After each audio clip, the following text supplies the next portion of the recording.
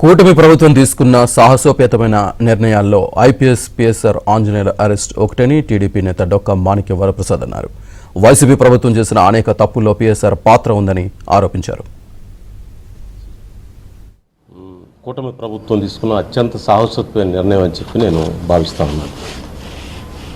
ఆయన అధికారిగా తన పరిధులు మించి తన డ్యూటీస్ని దాటి చాలా విషయాల్లో పనిచేశాడు.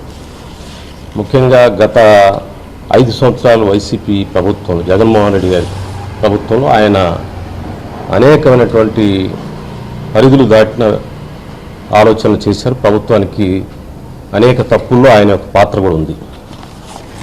ఎలా ఉంటుందంటే వాళ్ళ మోడస్ ఆపరండి శశికళ ఉంది కదా, మన ఆంధ్ర శశికళ జగన్మోహన్ రెడ్డి గారికి ఏమి వంట కావాలో, ఎంత దుర్మార్గమైన వంట వండితే, ఎంత రక్తపాతమైన వంట వండితే, ఎంత నీచమైన వంట వండితే జగన్మోహన్ రెడ్డి గారికి ఇష్టం ఉంటుందో ఆ వంటను తయారు చేస్తాడు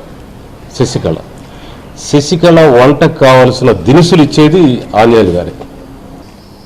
ఇలాంటి దుర్మార్గాలు చేశారు. దీని మీద సమగ్ర విచారణ జరపాలి.